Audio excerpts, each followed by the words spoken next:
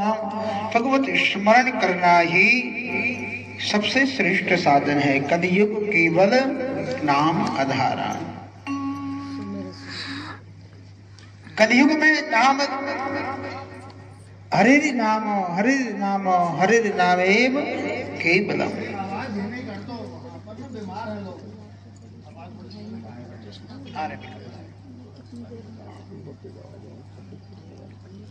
हरि नाम ही केवल कलियुग में कलऊ के शब्द कीर्तना। कलियुग में भगवान का कीर्तन सब साधनों को देने वाला है। भगवान नाम का संकीर्तन, भगवान का स्मरण तथा स्मरण संपूर्ण साधनों को प्रदान करने वाला है। सुखदेव स्वामी ने अजामिल के माध्यम से स्मरण कराया। राजा परीक्षित ने बड़ा सुंदर प्रश्न किया, गुरुजी हम सुनते हैं कि भगवान देवताओं का पक्ष देते हैं और दैत्यों को मरवा देते हैं। देवता दैत्य आदि का युद्ध हो तो भगवान देवताओं का पक्ष दें और दैत्यों को समाप्त करवा दें। ऐसा भगवान क्यों करते हैं? समाप्रिया सुहृद ब्रह्मण, भगवान को समता रखना चाहिए। वैसे भी भगवान तो सम है, फिर हमें ये देखने को क्यों मिलता है? सुखदेव स्वामी कहते, राजन आपने ये प्रश्न किया है ना, भगवान असुरों को मरवा दे, दैत्यों को मरवा दे, ऐसा नहीं है। भगवान हमेशा अपने भक्त की रक्षा करते हैं। चाहे वो असुर हो चाहे वो देवता हो, अपने भक्त की रक्षा करते हैं।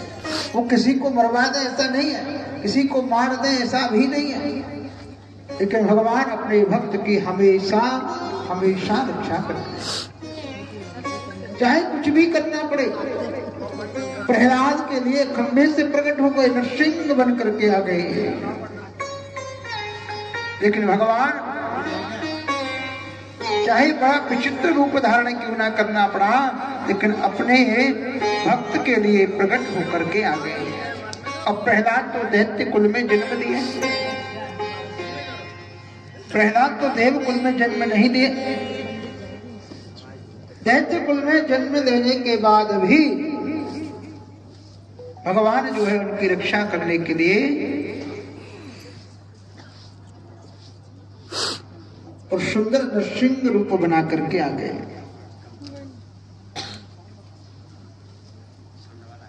अभी बोलने की भी आवाज ज्यादा लग रही क्या? गाने की तो है ही, इसको भी कम कर। अब ठीक है, अब ठीक है, ठीक है, अभी कर कोई बात नहीं, ये विधान है, किसी को ऐसा नहीं हमें रखना है।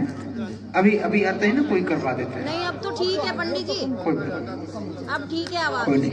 वैसे भगवत स्मरण ही है, भगवत चिंतन ही है, भगवान का स्मरण करना अच्छा ही है। भगवान कथा हम स्मरण कर ही रहे हैं, लेकिन फिर भी इच्छा है। वो तो बीमार ऐसे तो ठीक हो गई है ना।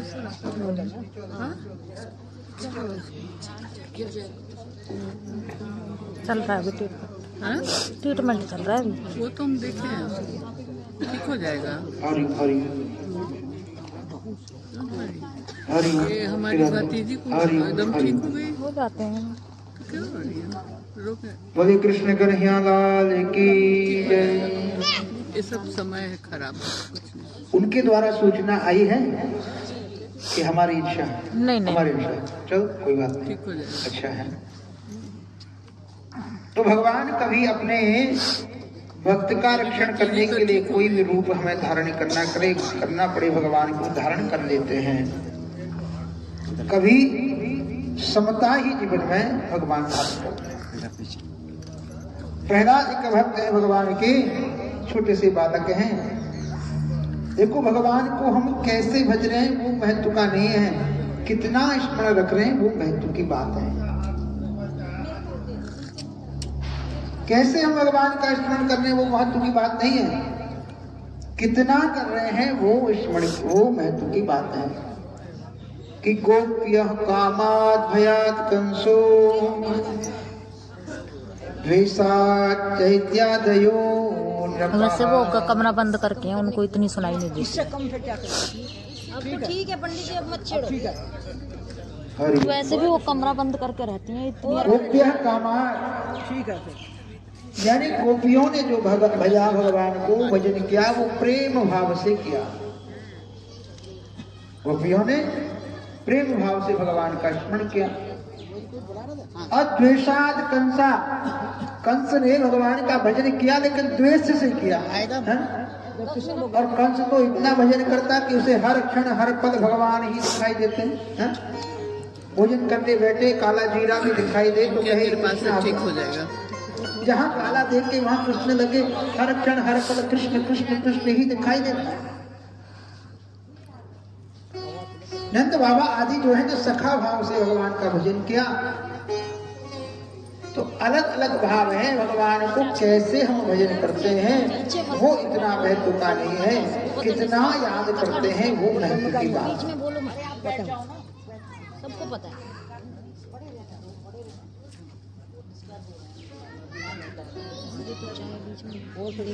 चाय देनी नहीं चाहिए, डिस्टर्बेंस हो जाता चाय देनी भी नहीं चाहिए। बीच में झूठा भी मुंह हो जाता है और डिस्टर्ब भी होता है।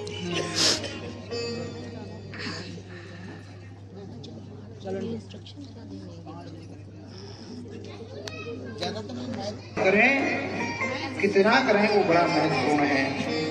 देखो एक हिरण्याक्ष उनके कान में दो शब्द भी जाएंगे तो उनको ही आप लोग पुण्य मिलेगा ना। देखिए आप लोग वार्ता करते, मैंने पूर्व में भी कहा कि आपकी सामर्थ्य ही यहाँ हमें प्राप्त होती है तब हम बोलते हैं। आप वार्ता मत करिए, बहुत जरूरी बात हो तो पर्दे के पीछे जाके करिए।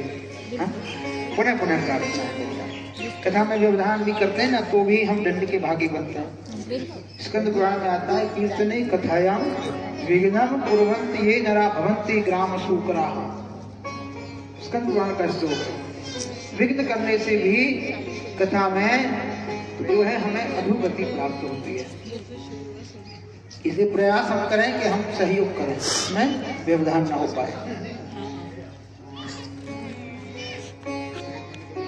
हिरण्याक्ष को जब वराह भगवान ने मार दिया ना तो उनका एक भाई है, नाम है हिरण्यकशिपु। कहा अच्छा विष्णु ने मेरे भाई को मार दिया, बदला दे करके मानू, विष्णु को परास्त करके मानू। और चला गया, जाकर के भगवान ब्रह्मा जी की तपस्या करने लगा। ओम ब्रह्मणे नमः, ओम ब्रह्मणे नमः, ब्रह्मणे जप कर देते। ब्रह्मा जी का अखंड अनवरत सालों साल जप करने लगा। इतना जप किया कि इंद्र का इंद्रासन डोलने लगा। प्रार्थना करी महाराज बचाइए, आप जाइए जाइए जाइए। ब्रह्मा जी गए और जाकर के कहने लगे उत्तिष्ठोत्तिष्ठ भद्रं ते तपः सिद्धोऽसि काश्यप। अरे कश्यप ऋषि के पुत्र, जा तेरा जो तप था वो पूर्ण हो गया, मैं तेरे सामने उपस्थित हुआ हूँ, बता क्या चाहिए। अब इतना तप किया, ब्रह्मा जी प्रकट हो गए तो कहा महाराज विष्णु से मुझे बदला देना है, एक काम करो आप मुझे अमर होने का आशीर्वाद दे दो, मैं अमर हो जाऊं, किसी के द्वारा मारा न जाऊं, मेरा मरण ना हो किसी के द्वारा, ऐसा मुझे आशीर्वाद दे दो। ब्रह्मा जी ने कहा भले आदमी ये वाला आशीर्वाद मेरे विभाग में नहीं आता है, क्योंकि चतुर्युगी सहस्त्र चतुर्युगी जब निकल जाते हैं तब मुझे भी बदलना पड़ता है। कोटि कोटि प्रतिराजेहु, रोम रोम प्रतिराजेहु, कोटि कोटि ब्रह्मांड। अब एक ब्रह्मांड में एक ब्रह्मा जी और भगवान के रोम रोम में करोड़ों ब्रह्मांड रख रहे। तो कहा ये तो मेरे अधिकार क्षेत्र में नहीं आता, मैं तो नहीं दे सकता। तो हिरण्यकशिपु ने कहा बोले महाराज आप नहीं दे सकते तो जाओ, फिर हम फिर बैठते हैं तपस्या करने। कहा नहीं काम करो, कुछ सभा बना लो, कुछ व्यवस्था ऐसी कर लो कि सामंजस्य बन जाए और कुछ मांग लो। तो बोले महाराज फिर मैं एक नहीं, फिर मैं बहुत से वरदान मांगूंगा। हाँ बोले बहुत से मांगूंगा, ये ठीक है। हिरण्यकशिपु ने हाथ जोड़ा, कहा महाराज मुझे वरदान दीजिए कि नांतर बहिर्दिवान मन्यस्मादपि चायुधैः न भूमौ नाम्बरं मृत्यु न नरे न मृगैरपि। फिर मैं बहुत वरदान मांगूंगा, तो बता क्या वरदान चाहिए? मुझे ऐसा वरदान दे दो, न अंतर न बहिर, न अंदर मरूं न बाहर। ब्रह्मा जी का तथास्तु। न दीवान नक्ति, न दिन में मरूं न रात में, जब मेरा वर्ण हो न दिन हो न रात हो, ऐसा वरदान दे दो। वो बोलता जाए, ब्रह्मा जी तथास्तु करते जाए। न महाराज अस्त्र से मरूं न शस्त्र से मरूं, अस्त्र से मेरा मरण ना हो और शस्त्र से भी ना हो। अच्छा, अस्त्र और शस्त्र में क्या अंतर है?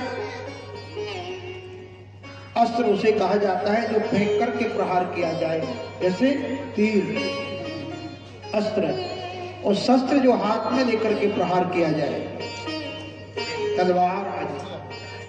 तो कहा न शस्त्र से मरूं न अस्त्र से मरूं, न भूमौ न अंबरे, न महाराज पृथ्वी कर मरूं न आकाश में मरूं, न मृगई न नरई रपी, न तो पशु से मेरा मरण हो न मानव से मेरा मरण हो, ऐसा मुझे वरदान दे दीजिए। ब्रह्मा जी ने तथास्तु तथास्तु तथास्तु कहा और ब्रह्मा जी तो अंतर्धान हो गए। अब इसको लगा मैंने तो ब्रह्मा जी को ठग दिया, मैं तो अमर हो गया, इसके अलावा और कहाँ मारा जाऊंगा, मैं तो अमर हो गया। और जो ही ये गया अपने राजा बन गया, और राजा बनकर के पूरे प्रदेश में देश में डंका बजवा दिया कि राजा है हिरण्यकशिपु। कोई धर्म नहीं करेगा, कोई पूजा पाठ अनुष्ठान यज्ञ दान पुण्य भजन कोई नहीं करेगा। अब डर के मारे कोई भजन नहीं करता, कोई स्मरण नहीं करता, कोई भगवान नाम नहीं देता।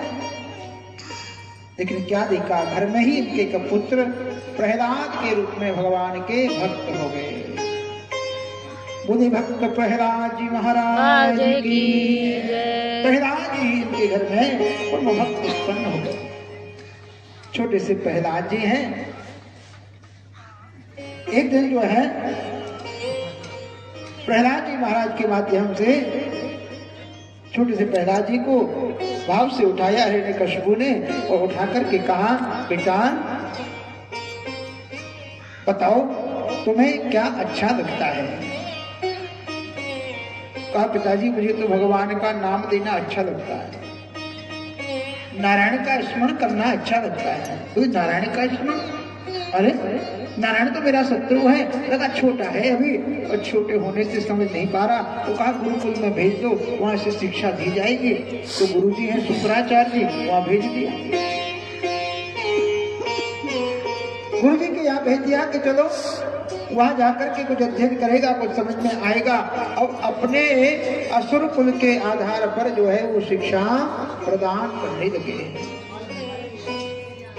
असुर कुल के आधार पर जो है शिक्षा प्रदान कर रहे हैं। एक दिन फिर लाड़ से बुलाया, कहा बेटा बताओ ना तुमने अब तक क्या सीखा, क्या अच्छा तुम्हें लगा उस पढ़ने में? प्रहलाद जी ने सोचा ये तो अच्छे के बारे में पूछ रहे, तो जो मुझे अच्छा लगता है वही बताऊं। प्रहलाद जी महाराज कहते हैं, पिताजी कि तत्साधु मन्ये सुरवर्य देहिना, ये देहधारियों को भगवत स्मरण करना, नारायण का स्मरण करना, हरि का भजन करना पिताजी ये मुझे बहुत प्रिय लगता है। फिर वही क्रोध में आ गया, अरे कौन ऐसी शिक्षा देता है? गुरुजी को बुलाया, ये मेरे शत्रु नारायण का स्मरण करता है, आप ही बताइए ये कौन है, कौन सिखाता है? दौड़े दौड़े आई, महाराज हमने तो कुछ नहीं सिखाया, ये न जाने इसको कहां से प्राप्त हो गया है, न जाने कहां से ये सीख गया है, हमारे द्वारा तो महाराज नहीं बताया गया। ध्यान में रखो, अब तो महाराज सामने बैठ गए, कहीं जाने आने कहीं देना। क्योंकि प्रहलाद जी तो कभी कभी जब गुरुजी नहीं आते तो बालकों को बुला लेते, और बालकों को बुला करके उनको ही कहने लगते, भैया हरि भजन करो, हरि भजन करो, और छोटे छोटे बालक बातों में आ जाए। अब एक दिन जोर जोर से हरि कीर्तन हो रहा, तो बोले भैया ये तो हमारे यहाँ हरि कीर्तन हो रहा, कौन है, कहाँ से आए? प्रहलाद जी को सामने लाया गया, बार बार समझाया, नहीं माना, कहा कि ऐसे नहीं मानेगा, इसको दंड देना पड़ेगा।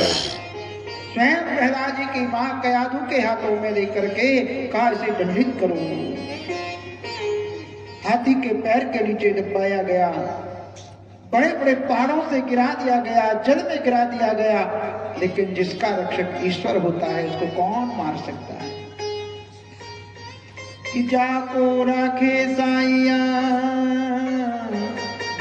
मार सके ना कोई, बाल न बांका कर सके, सब जग वैरी हो। उसका बाल बांका भी नहीं हो सकता, चाहे संसार ही दुश्मन क्यों ना हो जाए। जिसका रक्षक परमात्मा है, जिसका रक्षक ईश्वर है, भैया उसको कौन मिटा सकता है। गीता में भी तो भगवान कहते हैं न मे भक्ता प्रणश्यति, मेरे भक्त का कभी नाश नहीं हो सकता, भगवान कहते हैं गीता में। क्रोध में आया है, क्या देखा ऐसे नहीं मारा जाएगा। एक बहन है जिसका नाम है होलिका, अग्निदेव ने उनको एक ऐसा वस्त्र दिया है कि अग्नि में उसको पहन करके बैठ भी जाए तो भी वो जलती नहीं है। कहा कि काम करो, प्रहलाद को गोद में लेकर के बैठ जाओ, जल करके मर जाएगा, मुझे न मानना पड़ेगा। आज होलिका बैठ गई, ऐसा भगवत कृपा का एक झोंका आया कि वो वस्त्र जो है प्रहलाद जी के ऊपर पड़ गया, होलिका जल गई, प्रहलाद की रक्षा हो गई, भगवान ने बचा दिया।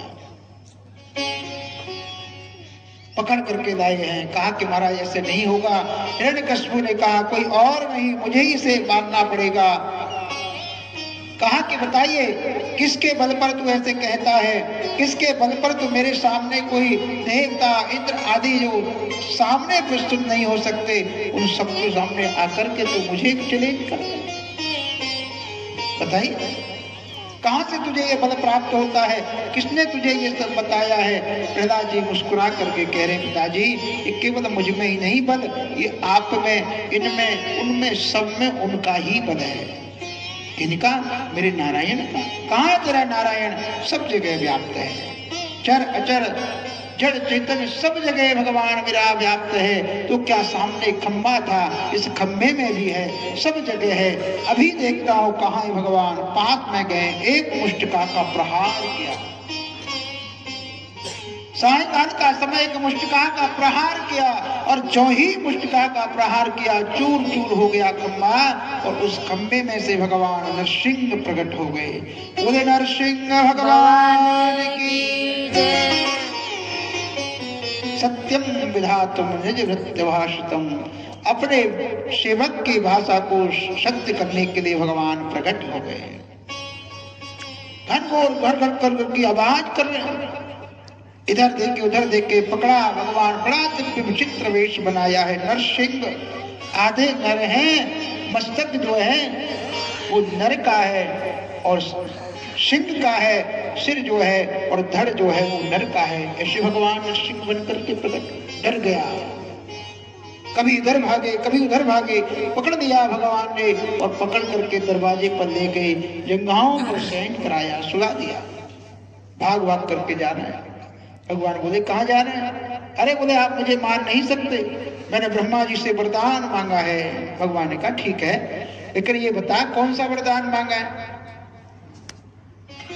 भगवान के हिरण्यकशिपु कहता है मैंने वरदान मांगा है, मैं दिन में मरूं न रात में मरूं। सायंकाल का समय था, संध्या का समय। भगवान बोले बता, तू ही बता दिन है कि रात है। हाँ हाँ वो ठीक है, आप कोई नहीं, संध्या काल का समय है, फिर भी आप मुझे मार नहीं सकते। क्यों? क्योंकि मैंने वरदान मांगा था, अंदर मरूं ना बाहर मरूं। भगवान दरवाजे पर लेकर के आ गए। तो तू ही बता वो अंदर है कि बाहर है। चौखट पर बैठे, इसलिए चौखट पर नहीं बैठा जाता क्योंकि वो भगवान नरसिंह का स्थान होता है। कोई चौखट पर बैठे तो मना करते आप यहाँ मत बैठे। कहा फिर भी आप मुझे नहीं मार सकते क्योंकि मैंने वरदान मांगा है, मैं अस्त्र से मरूं ना शस्त्र से मरूं। भगवान ने बड़े बड़े नाखून दिखाए, बोले भैया ना ये अस्त्र है ना ये शस्त्र है, फिर भी महाराज आप मुझे मार नहीं सकते क्योंकि मैंने वरदान मांगा था न भूमि पर मरू न आकाश में मरू। भगवान ने जगहों पर सुला रखा था। बता न भले आदमी तू कहाँ पर है, भूमि पर है कि आकाश पर है? न भूमि पर न आकाश पर, मध्य में ही है। कहा महाराज मैंने वरदान ये भी मांगा था, ना मनुष्य से मेरा मरण हो ना जानवर से मेरा मरण हो। भगवान मुस्कुरा करके बोले जरा एक बार देख तो ले, जरा नजर उठा के दर्शन तो कर दे। और जो ही देखा महाराज घर घर करके एक आवाज भगवान ने ओंकार लगाई है, भागने लगा। पकड़ लिया परमात्मा ने और पकड़ करके उस नखों से उसके उदर में प्रवेश कराया, प्राणांत हो गया। बोले नरसिंह भगवान की जय। भगवान बड़े क्रोधित हो रहे थे, भक्त को कष्ट देख करके सिंहासन पर आए और प्रहलाद को जैसे गाय अपने बालक को बछड़े को चाटती है ना, वैसे भगवान अपनी जिह्वा से प्रहलाद को चाट रहे हैं। आज भगवान स्वयं भक्त से प्रार्थना कर रहे हैं। भक्त तो भगवान से प्रार्थना करता ही है, आज स्वयं भगवान भक्त से क्षमा याचना कर रहे हैं। प्रहलाद मेरे आने में बड़ी देर हो गई, मुझे क्षमा कर देना। तुम्हें इतना कष्ट सहन करना पड़ा, उसके लिए क्षमा कर देना। लेकिन क्या देखा, भगवान का क्रोध शांत नहीं हो रहा, बड़े क्रोधित हो रहे हैं। देवता आए, ऋषि मुनि जनी आए, सब स्तुति करके जा रहे हैं, लेकिन भगवान का क्रोध शांत नहीं हो रहा। अब ब्रह्मा जी बोले भगवान का क्रोध भी तो शांत होना चाहिए। एक लीला करी भगवान ने। देखो एक बार माता लक्ष्मी भगवान के चरण दबा रही, अब चरण दबा रही तो भगवान बोले देवी जरा धीरे धीरे करो, चरणों में लगती है, कष्ट होता है। लक्ष्मी जी ने कहा मेरे हाथों से कष्ट होता है, तो ठीक है, और थोड़ा धीरे धीरे दबाने लगे। फिर बोले भगवान बोले नहीं नहीं नहीं अभी और कष्ट होता है। तो माता ने हाथ ऊपर कर लिए, छाया से ही मानो करने लगे। बोले अब ठीक है, बोले हाँ अब ठीक। फिर मन में विचार आया, कहते हैं कि मैंने ऐसे घनघोर राक्षस को मार दिया, भयंकर राक्षस को मार दिया, या हाथों का भार सहन नहीं हो रहा और कहते हैं कि राक्षसों को मार दिया। कैसे कहते होंगे, कैसे करते होंगे? मन की बात भगवान समझ गए, बोले कभी लीला दिखाएंगे आपको। तो ब्रह्मा जी बोले भैया एक काम करो, इनकी जो पत्नी लक्ष्मी जी है ना उनको बुलाओ, वो इन्हें मना सकती हैं। दौड़े दौड़े ब्रह्मा जी गए, अरे देवी जाओ जाओ संभालो, अपने पतिदेव को बड़ा क्रोध कर रहे हैं, बड़े गुस्से में है, जाओ जाओ जाकर के संभालो। लक्ष्मी जी ने कहा मेरे पति को तो कभी क्रोध आता ही नहीं है, और अगर आता है तो मैं मना देती हूँ, अभी जाती हूँ मनाती हूँ। सुंदर महाराज थाली सजाई, रोली चावल सब रखा, फूल पुष्पहार रखे, वो जाकर के अभी पूजन करेंगे, प्रसन्न हो जाएंगे। और जो ही माता आई, सामने भगवान नरसिंह बैठे थे। कहाँ है पतिदेव? इशारा किया, वो सामने है। जो ही लक्ष्मी जी को देखा, जोर से दहाड़ मारी बाहर आए। जो ही जोर से दहाड़ मारी, डर करके भागी, थाली वाली वही रह गई। ये मेरे पतिदेव नहीं हो सकते। मन भगवान कहना चाहते देवी जब असुरों को मारते हैं तो इस प्रकार रूप धारण करते हैं।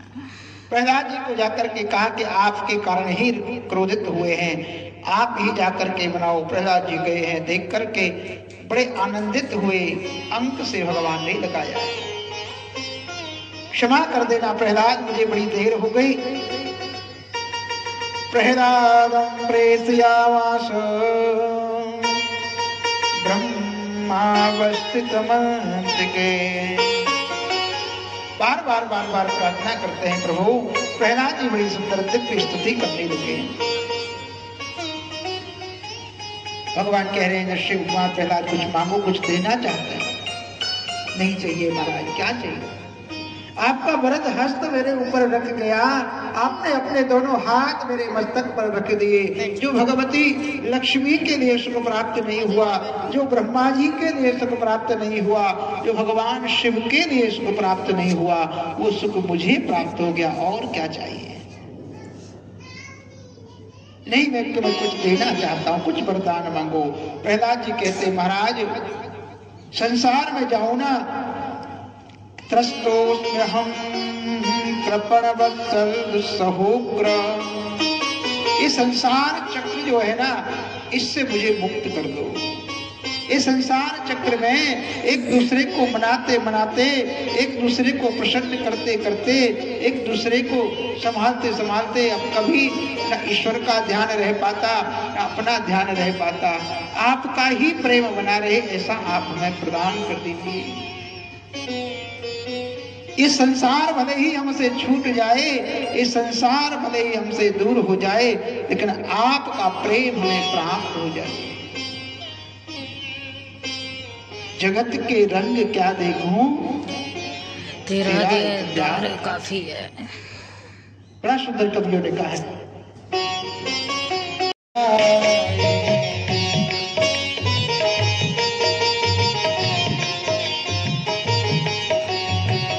जादीन ते हरि कर भैया, जादीन ते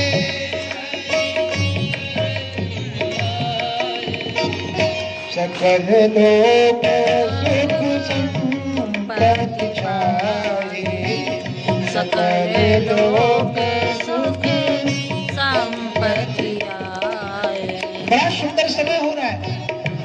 जादे से भगवान माता कौशल्या के गर्भ में अवतरित हुए हैं ना, नित्य आनंद अयोध्या में देखने के लिए मिल रहा है। और समय आया भगवान के जन्म का। चैत्र मास है, शुक्ल पक्ष है, नौमी तिथि को भगवान का प्रादुर्भाव होता है। नौमी तिथि मधु मास पुनीता, नौमी तिथि मधु मास पुनीता, नौमी तिथि मधु मास पुनीता। सभी गाइए भाव से। मास पुनीता, नौमी तिथि मधु मास पुनीता, नौमी तिथि मधु मास पुनीता। शुक्ल पक्ष अभिजित हर प्रीता, शुक्ल पक्ष अभिजित हर प्रीता।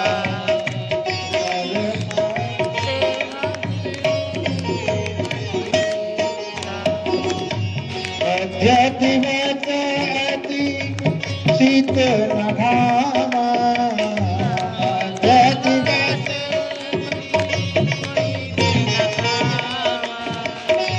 पवन काल लोक विश्रामा, पवन काल विप्रधेन सरसंतहित, लीन मनुज अवतार। निज इच्छा निर्णत कनो, माया गुण गोपाल।